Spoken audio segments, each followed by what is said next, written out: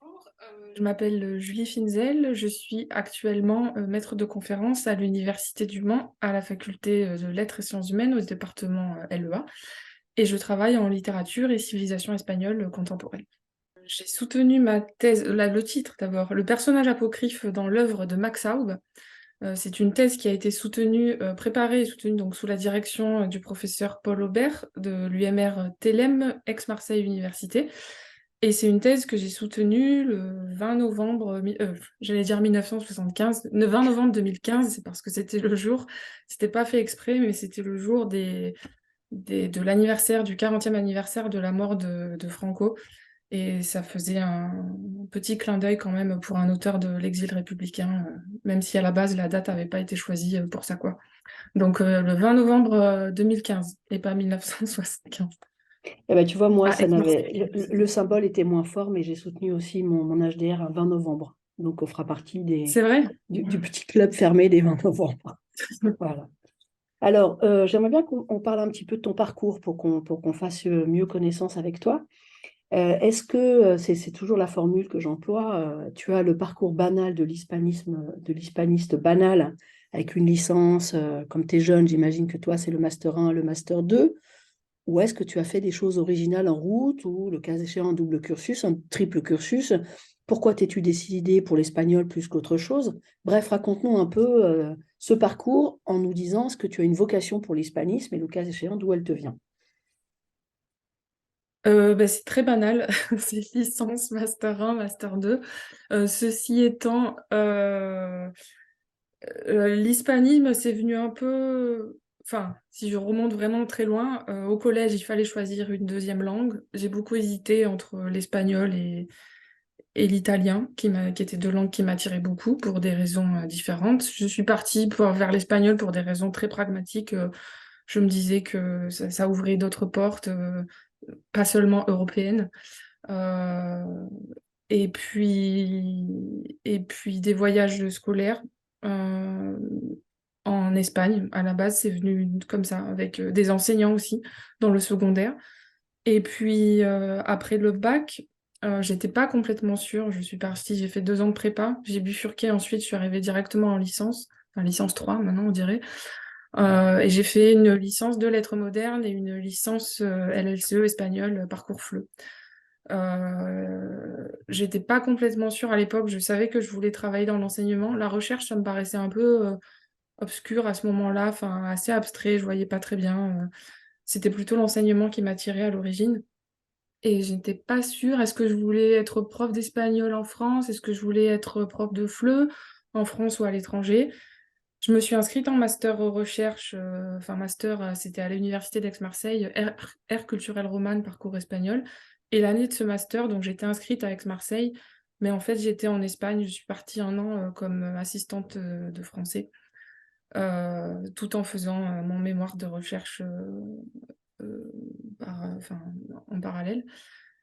Et je suis revenue, j'ai continué en master 2, j'ai passé la Greg. Et j'ai commencé la thèse. Enfin, j'ai validé mon stage en lycée et j'ai commencé la thèse dans la foulée, quoi. Voilà. Donc ça reste assez linéaire quand même hein, comme parcours. Et alors, petit rembobinage, tes mémoires de master 1 et master 2, ils portaient sur quoi?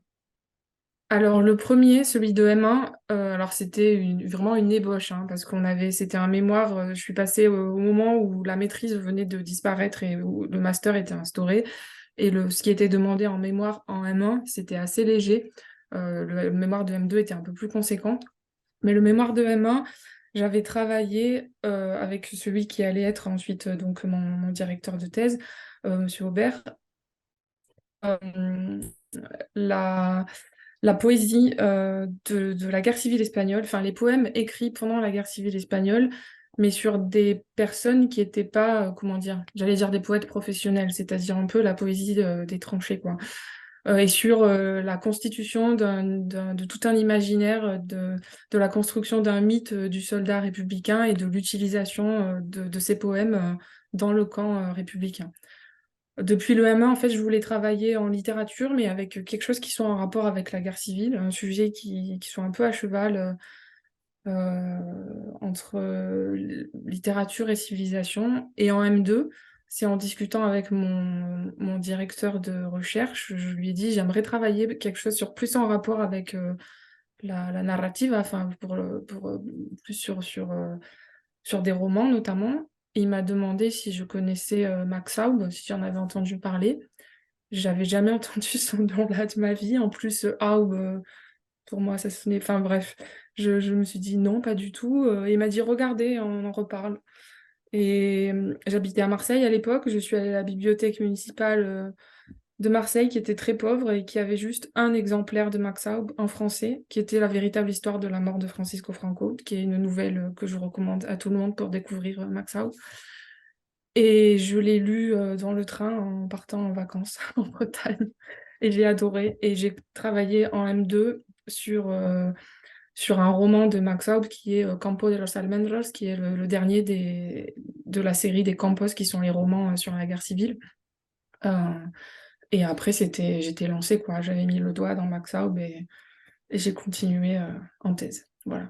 Et alors, pourquoi est-ce que ça te semblait important? Enfin, pourquoi est-ce que toi, tu n'envisageais pas de considérer littérature sans histoire, sans le contexte?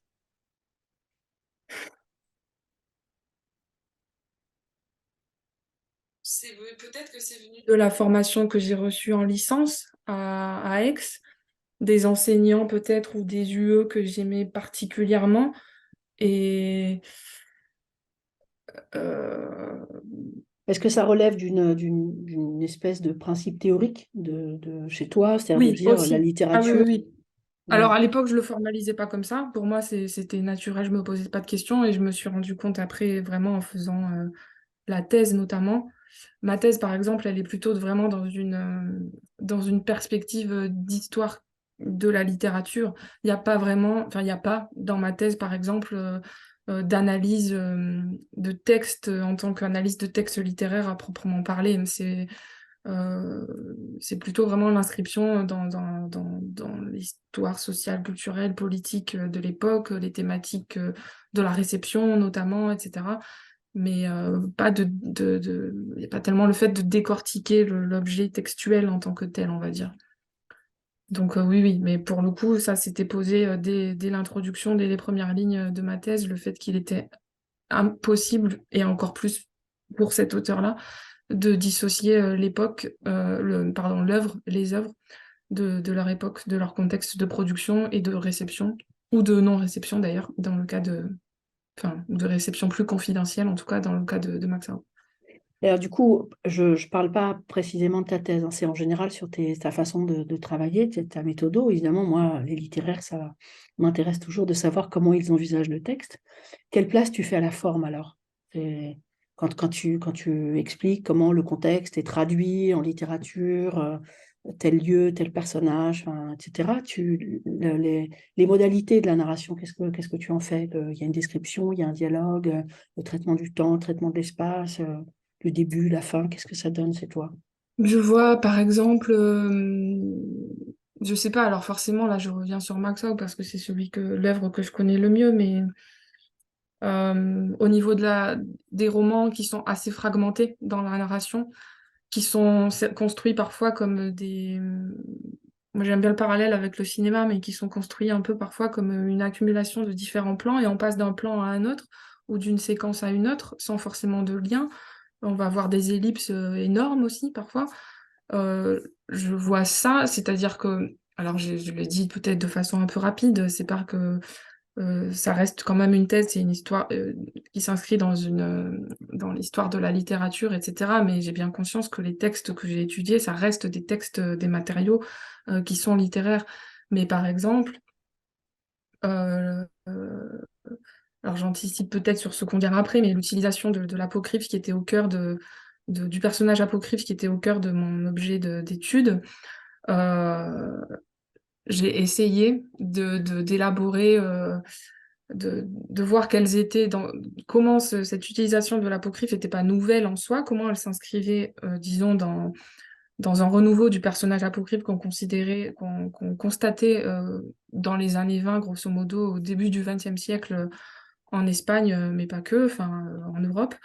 Euh, et de voir aussi que s'il y avait un renouveau chez Max Aub en particulier, et chez cet auteur de l'exil républicain, censuré, etc., euh, l'utilisation de cette forme esthétique-là, au-delà du procédé littéraire, au-delà de l'aspect ludique, etc., c'était peut-être utilisé chez lui comme une façon de mettre en évidence la porosité réalité-fiction, de mettre en Ouais. doute l'histoire telle qu'elle était véhiculée par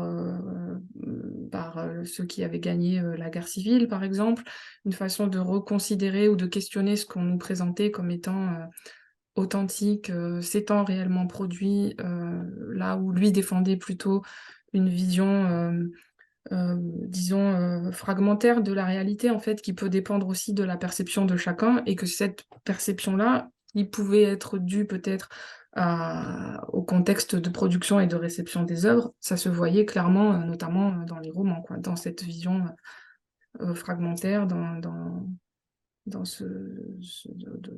dans la construction de la narration, etc.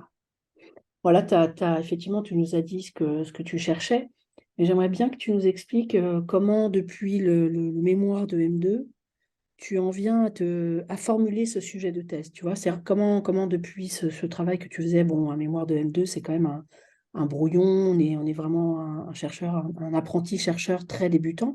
Et puis comment finalement tu te dis, voilà, c'est cette perspective-là qu'il faut adopter pour éclairer cette œuvre et pour je sais pas, peut-être la périodiser, lui donner sens en tant qu'œuvre complète, tu vois?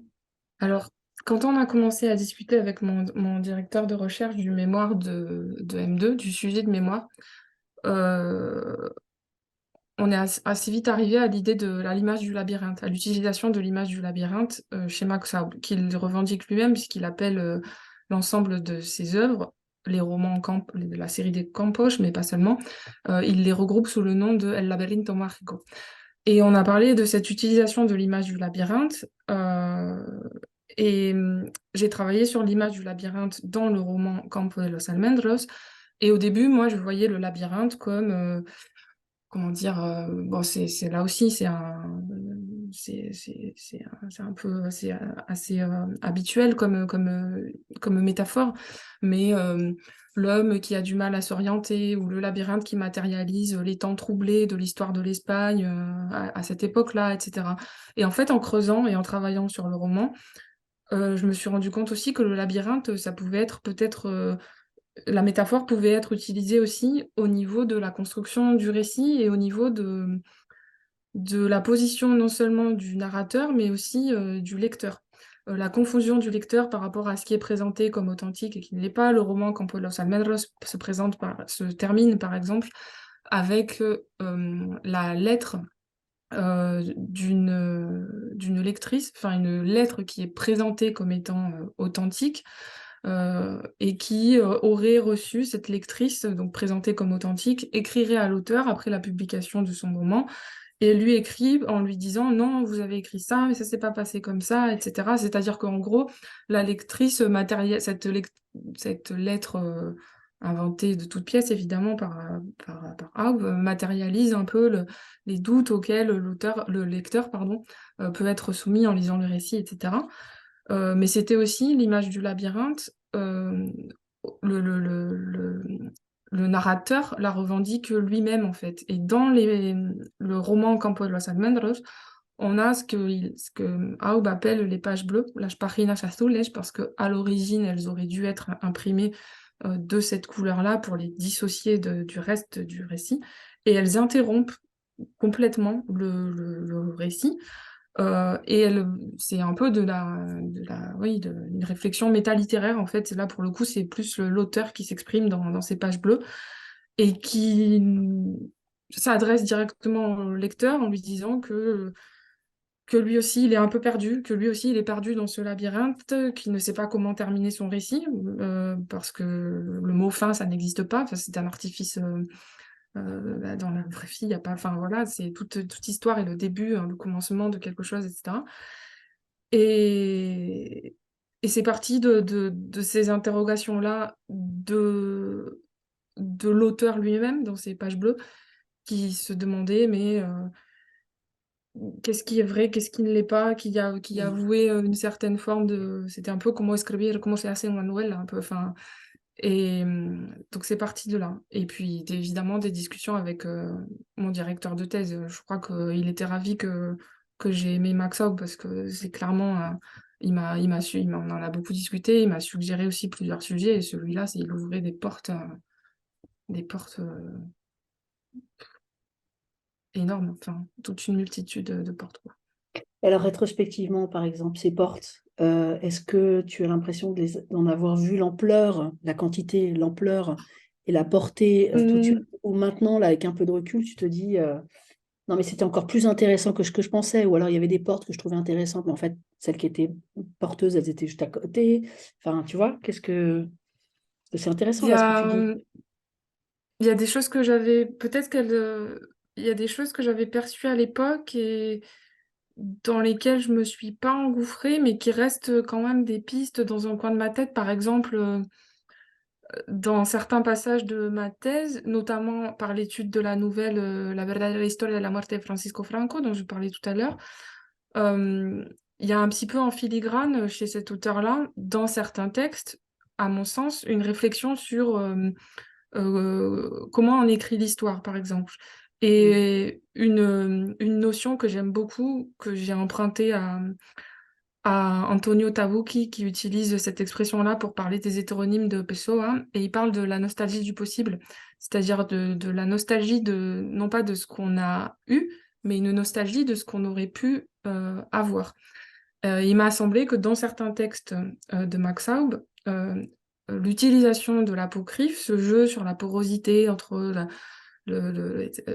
c'était une façon aussi peut-être de matérialiser cette nostalgie du possible, notamment quand il écrit quand il imagine l'assassinat de Franco dans cette nouvelle-là, ou quand Mm. il écrit le discours d'entrée apocryphe où il imagine que la Seconde République est toujours présente, enfin est toujours là, que la guerre civile n'a jamais eu lieu et qu'il imagine qu'il fait son entrée dans la Real Academia en tant que dramaturge reconnu, par exemple.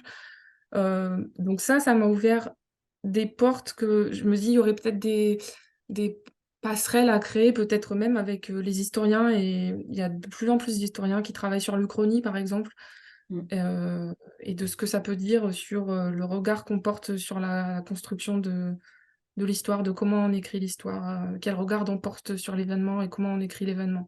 Donc là, on s'éloigne un petit peu de la littérature, mais pour moi, il y a des passerelles là un champ des possibles qui s'ouvre. Voilà. Alors, si tu devais dire en quelques mots, qu'est-ce que tu as l'impression d'avoir démontré dans ta thèse?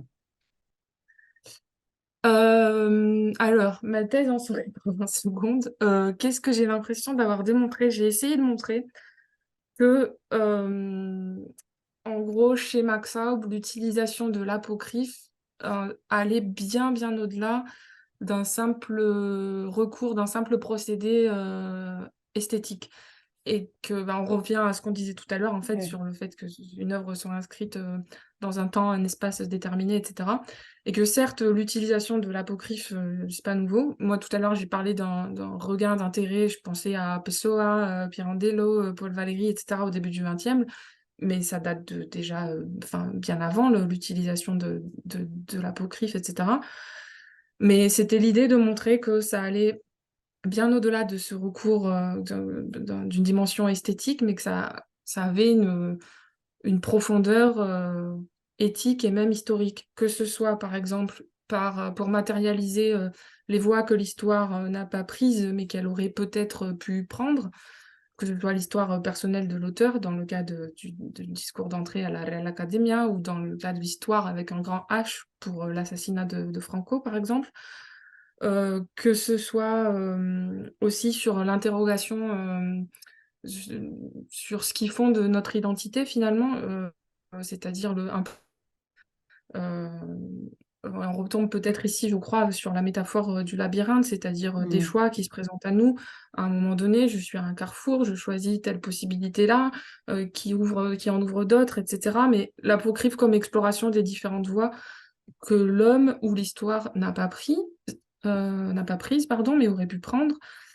Euh, Et aussi, quand même, je crois, une certaine, j'ai dit au-delà de la dimension esthétique, mais et au-delà de la dimension ludique, même si quand même, dans le cas de A, où la dimension ludique, elle reste quand même ultra importante. Et il est quand même né au début du 20e, il était en lien avec les surréalistes, il y a quand même ce jeu-là qui reste quand même important. Et de façon générale, l'apocryphe, c'était pour moi aussi,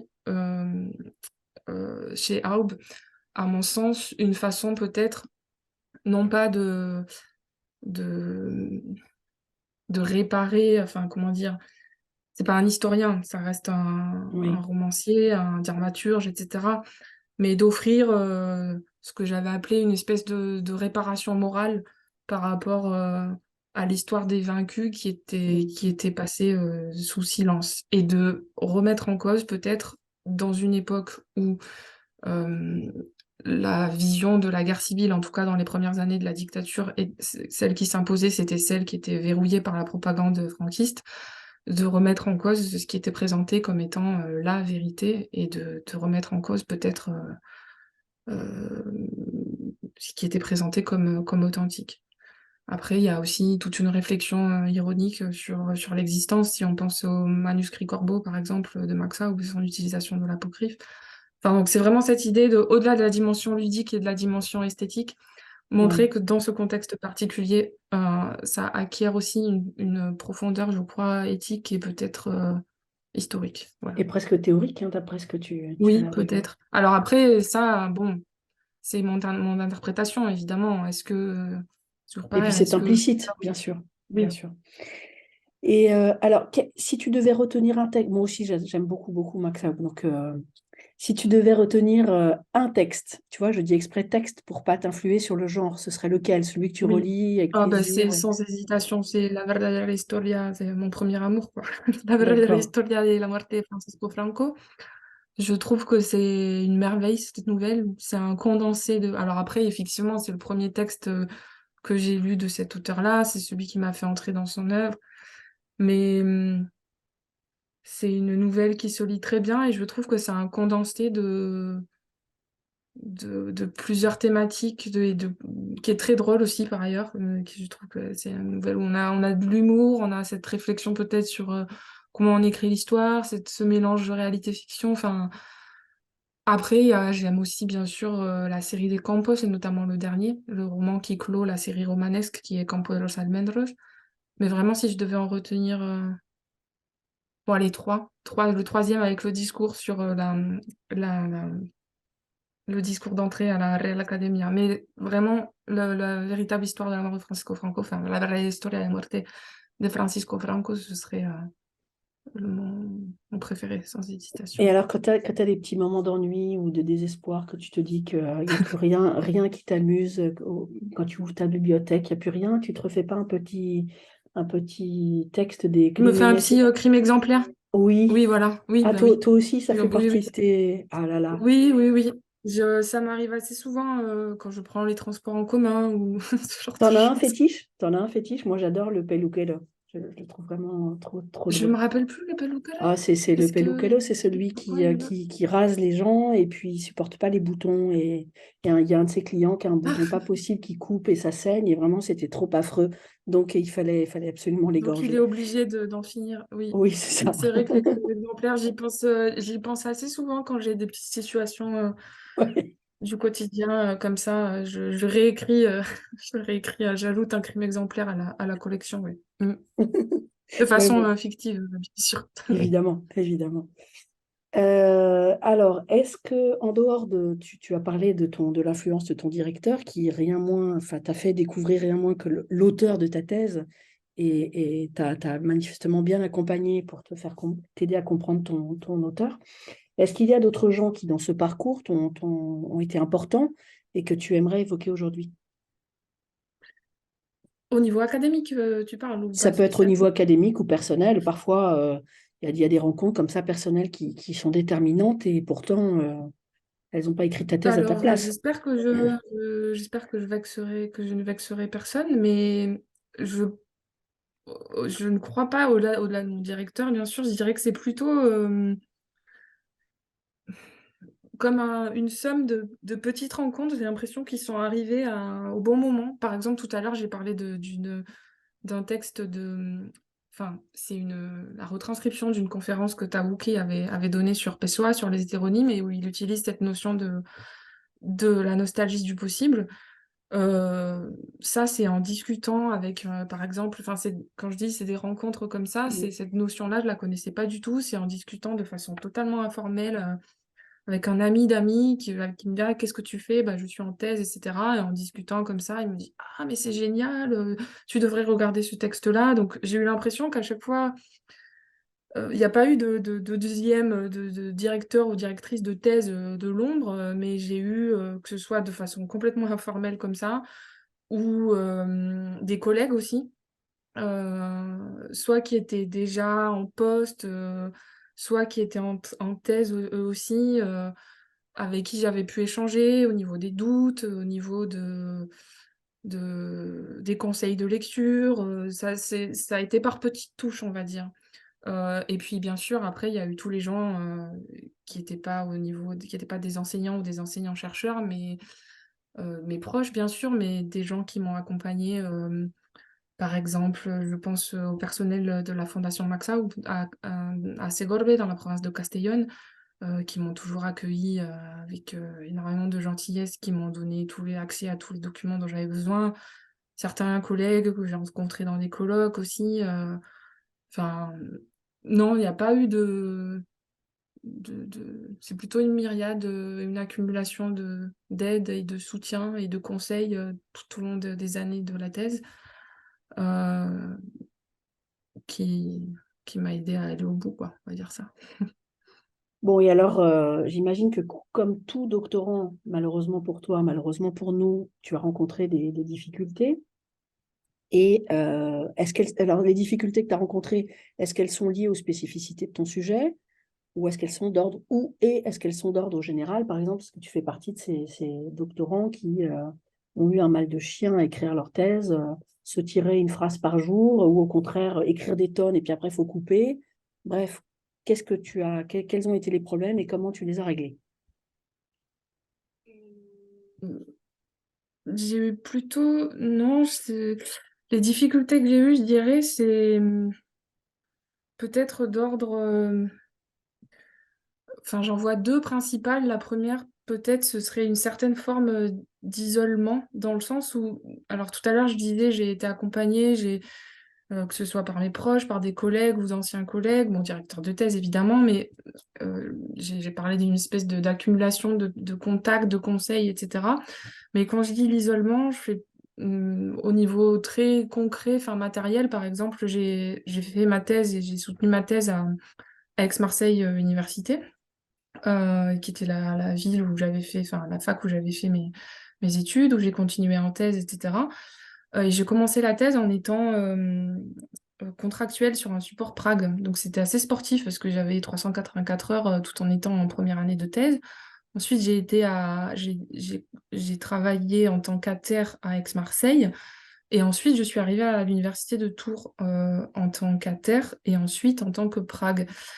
Et donc, Tours, c'était quand même pas tout près de mon labo et de ma fac, la fac dans laquelle j'étais inscrite, à un moment où il y avait quand même assez peu de choses qui se faisaient en visio. Et c'est vrai que je pouvais pas descendre facilement pour assister aux manifestations de mon laboratoire, aussi souvent que je l'aurais voulu en fait. Donc, je recevais bien sûr toutes les infos, je me tenais au courant, j'essayais d'assister aux séminaires et de descendre à Marseille, enfin à Aix en l'occurrence quand je pouvais. Mais quand je parle d'isolement, c'est plutôt de ce point de vue-là. Euh, à un moment aussi où il n'y avait pas encore peut-être tout l'accompagnement des doctorants qu'il peut y avoir aujourd'hui, les points de thèse, etc. Euh, Après, mon directeur a toujours été disponible quand j'en ai eu besoin. Il prenait le temps, que ce soit par mail, par téléphone ou qu'on se voit quand je descendais à Marseille. Mais c'est plus l'isolement par rapport, on va dire, aux manifestations scientifiques Mhm. organisées par mon labo et mon école doctorale. Du fait que bah, pour financer ma thèse, j'ai été partie en fait pour trouver un autre financement ailleurs, quoi. Donc ça, une première chose. Et la deuxième difficulté que j'ai eue, c'est que parfois combiner de me réserver de vraies plages, de vrais moments pour travailler la thèse, tout en faisant correctement mes cours à côté, parce que j'aimais beaucoup, enfin j'aime beaucoup toujours l'enseignement.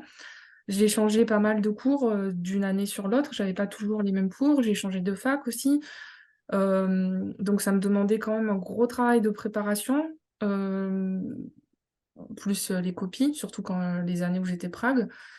Donc le fait de concilier les deux et de se dire, bon ben là, sachant qu'une thèse, c'est pas, je corrige pas, je peux pas dire, bon ben là j'ai 2 heures devant moi, je vais corriger X copies, ah ben j'ai 2 heures devant moi, je vais avancer sur la thèse. Non, ça demande quand même une certaine disponibilité au niveau de l'esprit. Au minimum, pour moi, il me fallait une journée entière vraiment pour me mettre à fond dedans. Donc ce serait plus cet équilibre entre les deux. Où parfois je voulais pas négliger les cours et ma thèse a pris du retard, enfin du retard. Oui, elle a pris du retard par rapport à ça, je pense. Après, étonnamment, je l'ai rédigée assez vite. Je suis toujours étonnée là quand je vois à quel point c'est douloureux pour moi d'écrire 10 ou 15 pages pour un article et à chaque fois je me dis mais ta thèse tu as rédigé 300 ou elle est relativement courte, elle fait 300-350 pages sans les annexes, mais ça reste quand même 300 pages que j'ai rédigées dans la dernière ligne droite d'une traite. Donc non, j'ai pas trop eu de soucis pour la rédaction. Mais j'ai mis du temps à m'y mettre par contre. Je trouvais que c'était jamais assez bien. Donc Mm. voilà, en gros. Bon, alors, la soutenance, est-ce que tu peux nous dire qui étaient les professeurs qui composaient ton jury? Oui, alors il y avait mon directeur de thèse déjà, puisqu'à l'époque les directeurs de thèse faisaient partie du jury, donc Paul Aubert de l'UMR-TLM de Aix-Marseille Université. D'Aix-Marseille Université, il y avait également le professeur Stéphane Pagès. Il y avait le professeur José Carlos Mainer, professeur émérite de l'Université de Saragosse. Le professeur Manuel Aznar Soler de l'Université autonome de Barcelone. La professeure Soraya Carandel, qui était la présidente du jury de l'Université de Nanterre, et Serge Salin, si je ne dis pas de bêtises, qui était Sorbonne Nouvelle Paris 3. Voilà. Et quel souvenir est-ce que tu gardes de cette journée? Et bien, plutôt bon. Et contre toute attente, j'étais pas stressée. Alors que j'ai stressé énormément pendant la rédaction. Alors, c'était très intense. Elle a duré relativement peu de temps, ma rédaction. Je l'ai faite en quelques mois seulement. J'étais stressée avant. Mais le jour J, j'étais déterminée. Mais... Et j'avais un petit peu peur des questions qu'on pourrait me poser. Je me disais, je vais être peut-être mise en difficulté, peut-être que je ne saurais pas répondre. Mon directeur m'avait dit, répondez toujours, vous connaissez votre sujet, c'est vous qui avez travaillé dessus X années, répondez toujours. Enfin, il faut évidemment se remettre en question si, quand c'est nécessaire, mais répondez toujours. Et j'ai suivi ce conseil-là et ça s'est plutôt bien passé. Puis il faut dire aussi que les critiques qui ont été faites, elles appelaient quand même, elles ouvraient à la discussion. Donc non, plutôt bon. Stressée jusqu'à la veille, mais le jour J, non, de toute façon, j'avais un peu l'impression que j'avais fait le plus dur finalement et que là, mais très déterminée. Et puis aussi, j'avais beaucoup de proches qui étaient là, des collègues ou des anciens collègues, des amis qui avaient fait la fac d'espagnol avec moi et que j'avais pas vu depuis longtemps, puisque eux, ils étaient restés à Marseille et moi, à cette époque-là, j'habitais à Tours. Enfin bref, donc un, un moment quand même assez éprouvant parce que je suis sortie, je me rappelle le soir, mais j'avais l'impression d'avoir, enfin, j'allais dire que j'ai l'impression d'avoir couru un marathon. J'ai jamais couru de marathon, mais je pense que s'il avait couru un marathon, c'est peut-être cette impression-là que j'aurais eu. J'étais vraiment, vraiment fatiguée, mais soulagée et voilà. Tu étais émue? C'est un beau souvenir quand même. Tu étais Comment? émue? Est-ce que tu étais émue? Hum, J'étais émue, je crois pas. Je Tu étais concentrée. J'étais T'as dit à deux concentrée, non, reprises, j'étais non, déterminée. j'étais trop concentrée, je crois. Après coup, peut-être, oui. Et j'étais contente de partager ça avec les gens qui étaient là et qui comptaient pour moi et qui m'avaient accompagnée. Après coup, peut-être, mais non, sur le moment, j'étais peut-être tellement concentrée que je crois pas. C'est venu après. Mm. Bon, et alors, dans quelle mesure est-ce que l'enseignante et la chercheuse que tu es aujourd'hui continuent d'être influencées par ce travail, à la fois pour le contenu et puis ce que tu as pu apprendre à faire, parce qu'il y a un contenu et des savoir-faire dans une thèse. Hum, au niveau... Au niveau recherche, déjà, je vais commencer par ce volet-là. Au niveau recherche, j'ai adoré dans ma thèse travailler dans les archives. C'est-à-dire que j'ai beaucoup travaillé Ouais. sur les archives de la Fondation Max Aub et notamment sur les correspondances. Euh, et, euh, et par exemple, cet auteur-là conservait une copie des lettres qu'il envoyait aussi. C'est-à-dire il avait une secrétaire, donc c'était tapé à la machine et on a comme une espèce de calque là des lettres qu'il avait envoyées et des lettres qu'il a reçues, évidemment. Et ça représente à peu près 9000 lettres, c'est énorme. J'ai travaillé aussi dans les archives de la Bibliothèque nationale et donc ça m'a ouvert, hein, parce que c'est pas quelque chose. Au début, je me suis dit, bah, ça va être une thèse en littérature, alors j'avais bien conscience que ça allait être histoire littéraire, etc. Mais je pensais pas autant utiliser les archives et notamment la correspondance. Et donc ça a été. Je me suis rendu compte que j'adorais ça, travailler dans les archives. Euh, Ça a, je pense, influencé d'autres recherches que j'ai pu faire par la suite. Et ça m'a fait découvrir d'autres auteurs aussi, puisque il était quand même en lien avec énormément d'auteurs de l'exil républicain. Je pense notamment à Corpus Barga, où j'ai travaillé plus récemment sur les archives de l'administration franquiste, que j'avais pas du tout consulté pendant ma thèse, par exemple. Mais là, j'ai travaillé sur les archives de l'administration franquiste et notamment les rapports des censeurs à Alcalá de Henares. Donc ça m'a ouvert à d'autres auteurs, ça m'a ouvert à la consultation, ça m'a fait découvrir la consultation des archives, ce que ça pouvait représenter, le fait qu'on pouvait s'y perdre un peu aussi parfois. Et au niveau enseignement, alors moi j'interviens, je fais peut-être 90 ou 95%, enfin l'essentiel de mes cours en licence et en master LEA à l'Université du Mans. Donc les thèmes que je traite en cours sont quand même c'est un peu le grand écart quand même entre ce que j'ai fait dans ma thèse et ce que j'enseigne au quotidien. Ceci étant, je dirais peut-être quand même dans, dans la problématisation. Alors, c'est des Mm. choses que j'en faisais déjà avant la thèse, hein, déjà à la fac, puis en master 1, master 2, dans les méthodes de travail, dans montrer aussi aux étudiants, notamment dans les cours d'initiation à la civilisation espagnole, que je donne en LEA, notamment ici, de montrer aux étudiants bah, comment se construisent ces savoirs-là. En fait, ça m'est arrivé parfois de leur montrer, si on parle du franquisme et de la censure, de leur montrer des expedientes de censura, par exemple. Euh, donc ça va être plutôt essayer d'ouvrir, même pour des étudiants qui a priori sont pas du tout destinés à ça, puisque là c'est des étudiants de LEA, essayer de leur ouvrir aussi un peu le champ des possibles. Mais c'est un peu ambitieux, quoi. C'est peut-être Et alors, peu quand tu le présomptueux. fais, de leur montrer le travail de la censure, les formules qui peuvent être employées, les conséquences sur le texte, etc., comment ils réagissent? Ça les intéresse? Oui, généralement ça les intéresse beaucoup quand on leur projette ce genre de documents ou les archives. C'est parce qu'ils se rendent compte que bah, en fait ça tombe pas du ciel, enfin, de comment sont construits les éléments auxquels ils peuvent avoir accès dans les livres ou dans les cours, etc. Oui, généralement ça leur parle beaucoup. Ça leur parle beaucoup, ouais. Et alors, est-ce qu'ils te disent, ah, mais aujourd'hui, la censure n'existe plus, en France, ça n'existe pas, ou ils font le parallèle avec d'autres formes de la censure ultra contemporaine aujourd'hui? Non, après c'est vrai que j'en parle de façon très ponctuelle parce que c'est pas un Mm, cours, c'est un cours d'initiation à la civilisation espagnole.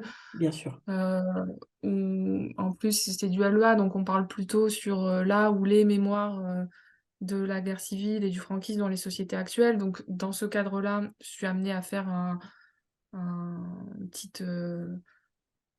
un point sur les grandes lignes, ce qu'était le franquisme, leur montrer, mais c'est pas notre objet d'étude principal, donc mais c'est sûr que ça ouvre, j'imagine que si ça les touche autant et si ça leur plaît autant, c'est que ça fait forcément écho, sur d'autres thèmes et pour lesquels ils se sentent avec lesquels ils se sentent plus proches. Bon, alors c'est la question délicate que pour certains, ou alors de grand plaisir pour d'autres. Est-ce que tu as relu ta thèse? Non, je l'ai relu tout de suite après parce que je voulais corriger, certaines coquilles, mais non, je l'ai pas relu. C'est par Je l'ai pas superstition? relu. T'as peur? Pardon? C'est par superstition? Bah, c'est-à-dire que je me dis: «C'était bien à l'instant T», ou alors il faudrait que je la réécrive. Si je la Peut-être que je me dis: «Si je mets le nez dedans, allez, je suis repartie encore, pour la réactualiser, hem, non, je l'ai pas relue et puis après j'ai tendance à être assez exigeante avec moi-même, alors peut-être que je trouverais ou qu'il faudrait la reprendre ou qu'il y a ça, mais non. Et alors, pour résister à la tentation de la relire et donc de risquer la petite déception, ou en tout cas une prise de recul délicate, est-ce que tu la laisses dans ton bureau ou tu la ranges à la cave? Non, elle est, alors pas dans mon bureau, mais elle est dans une pièce, dans cette pièce-là, de la maison. Mais non, elle est quand même pas à la cave. Après, dans les années qui ont suivi la soutenance, il y a certains aspects que je n'avais pas ou peu travaillé dans la thèse. Et à l'issue des discussions, qui ont eu lieu le jour de la soutenance, les éclairages, des enseignants-chercheurs qui étaient présents, qui étaient membres du jury et cetera, qui m'ont ouvert aussi d'autres perspectives, d'autres façons d'aborder tel ou tel sujet. Donc, c'est vrai que c'est pas tout à fait exact quand je dis que je l'ai pas relu parce que dans les années qui ont suivi, parfois, j'ai pu réutiliser certains aspects de la thèse, donc ponctuellement, en ajoutant avec une autre perspective ou par rapport à ce qui avait été dit le jour de la soutenance, donc je l'ai jamais relu de A à Z, quoi. Je suis pas là, c'est pas mon livre, de chevet, disons, mais non, c'est vrai, maintenant qu'on en discute, ponctuellement sur certains chapitres et cetera, ou même après tout à l'heure, j'ai dit que il y avait 9 000 lettres, environ dans la fondation Max-Aub, quand j'ai travaillé sur d'autres auteurs, j'ai pu réutiliser, certaines lettres, heu, que j'avais utilisées dans la thèse, par exemple, donc oui, ponctuellement, mais pas de Ponctuellement. A à Z. Ouais. Alors, quels sont les conseils que tu donnes ou donnerais à de jeunes doctorants? Je sais pas, c'est un peu, je sais pas si je suis tellement légitime pour donner des conseils, mais comme je disais tout à l'heure que moi, ce qui m'avait un peu gênée, c'était, le l'éloignement, enfin, être à terre puis Prague, à Tours, pendant que mon labo était à Aix-Marseille et cetera et que ça m'empêchait d'assister avec autant de fois que ce que j'aurais voulu, aux manifestations scientifiques de mon labo, de mon école doctorale. Peut-être, vraiment essayer, de rompre, c'est un peu cliché, mais de rompre l'isolement qu'on peut peut-être avoir, Mmh. et de se recréer des cercles, si son labo est loin, enfin comme c'était mon cas, mais il y a toujours la possibilité que ce soit on peut se mettre en tant que peut-être chercheur associé ou participer aux manifestations du labo de l'université dans laquelle on travaille ou maintenant je pense que c'est quand même peut-être plus facile, il y a de plus en plus de manifestations en hybride ou en visio, heu, de bénéficier aussi des bourses qu'on peut avoir à droite à gauche. Je me rappelle, j'ai eu, pendant la thèse, une bourse d'un mois de la Casa Velasquez, par exemple, et ça a été une ouverture intellectuelle, incroyable. Pendant un mois, il y a des stimulations intellectuelles partout, des échanges, féconds, donc essayer de rompre, l'isolement, heu qu'on pourrait peut-être avoir. Alors si on est sur place, évidemment, tant qu'on peut assister aux manifestations, et aux journées d'études, de son labo, de son école doctorale et si on habite loin, bah, essayer de s'intégrer dans les réseaux qui sont peut-être, à proximité, disons. Et penser que la vie ne se résume pas à la thèse aussi, c'est-à-dire se ménager des moments dans la semaine pour souffler, je sais pas, pour aller au cinéma, pour aller courir, enfin voilà. Et alors, est-ce que tu peux nous lire la première phrase de ta thèse dans ton introduction?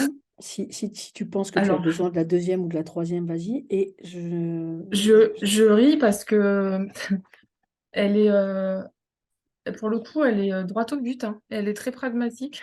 Ah, bah alors voilà, tu vois, C'est je voulais que vraiment tu en pas fasses un joli. commentaire. Donc, d'habitude, le Elle commentaire est, vient après. Toi, elle tu nous le fais au est, début. elle est vraiment pas jolie. Ben, c'est-à-dire que introduction, donc tu vas être déçu, c'est à la nature, à la signification et à la portée de la création du personnage apocryphe dans l'œuvre de Max Haupt qu'est consacrée notre recherche. Et ensuite, j'ai attaqué sur la contextualisation. Mais donc, tu vois, nature, signification et portée de la création du personnage apocryphe. Donc, c'est très froid, c'est très basique, mais c'est vrai que en une toute petite phrase, en gros, j'annonçais la couleur, si je puis dire. Mm. La, la phrase finale est plus jolie, mais elle est Ah plus ben jolie, vas-y, elle est vas-y, de Max vas-y. Haupt, donc, mais elle est très longue, alors je sais pas Ben lis, si... lis, lis. Attends. Hmm. C'est une citation qui est assez longue, que j'avais traduite. Je vais lire la version originale quand même, je vais lire la version en espagnol. Donc c'est une citation de Max Haupt. Porque toda gran literatura es protesta contra la vida o contra la muerte, que la conformidad, el conformismo callando otorga, y el entusiasmo, si es real, bástase con ritos. Revelación o revelación, con B chica o B grande, es la literatura cuando merece su nombre. Rebelión que inquieta lo hecho, turba la tranquilidad, desobedece al que dictamina, levanta al dormido, incita a rehusar el yugo, da en tierra con él, amotina y mueve a sedición, hace punta, rompe frenos, alborota o, como ya no se dice, tumultúa, no directamente, sino a través de su estambre, gota a gota, según revierte el verbo de la sangre de todos a la del escritor, para transfundirse a la de los demás, palabra a palabra, o revela adentro, dando luz a problemas que la rebelión intentará resolver. De este lado, muestra lo inédito, anuncia lo porvenir, o es también la revelación del solo gusto, de la sola hermosura. Revelar solo con fe, y revelarse también. Pero la revelación viene de los sueños y revelarse a ellos va. La literatura que no sea una de las dos cosas no es. Y si ambas, miel como Don Quijote. Alors, pourquoi tu as voulu finir comme ça? Parce que j'aimais bien le parallèle, terminer avec un parallèle déjà avec le Quijote pour une thèse qui parlait de l'apocryphe et que Maxa, pour le coup, là, se fasse... alors, c'est pas le seul texte, hein, il y a plusieurs textes où il fait référence au Quichotte et à Cervantes, etc. Et au-delà de ce mot de Quijote qui finalement est le dernier mot de ma thèse, puisque c'est avec cette citation-là que la thèse se termine, le, le, la révélation ou révélation, comme V chica ou V grande, je trouvais que c'était assez représentatif aussi de la trajectoire de cet auteur-là. Et il le disait très bien et mieux que ce que j'aurais pu faire, donc j'ai préféré lui laisser la parole pour terminer la thèse. Voilà. Et alors, c'est quelque chose que je voulais te demander depuis le début, puisque tu as lu là et que donc tu n'as pas de problème avec la lecture, est-ce que tu veux bien nous lire ton crime exemplaire préféré? Oh, mon crime exemplaire. Hmm, moi j'aime bien, alors il faudrait, attends, alors, je vais prendre, je lis. Vas-y. Il a pas de titre, donc c'est un des crímenes ejemplares. Se mondaba los dientes como si no supiese hacer otra cosa. Dejaba el palillo al lado del plato para, tan pronto como dejaba de masticar, volver al hurgo. Horas y horas, de arriba a abajo, de abajo a arriba, de derecha a izquierda, de izquierda a derecha, de adelante para atrás, de atrás para adelante, levantándose al labio superior, leporrinándose, enseñando sus incisivos, uno tras otro, amarillentos, bajándose el inferior hasta la encía carcomida, hasta que le sangró. Un poco nada más. Le transformé la biznaga en bayoneta, clavándosela. Se atragantó hasta el juicio final. Noté moverle entonces la cara. Lo gorrino quita lo valiente.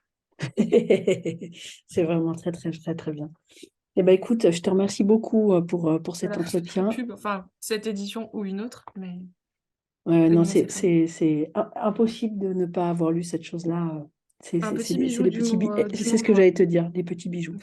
Donc, merci beaucoup d'avoir accepté de faire cet entretien, d'avoir participé au projet Ma thèse et toi. Et moi, en l'occurrence, et toi, c'est vrai. Donc, merci Merci, beaucoup. merci à toi.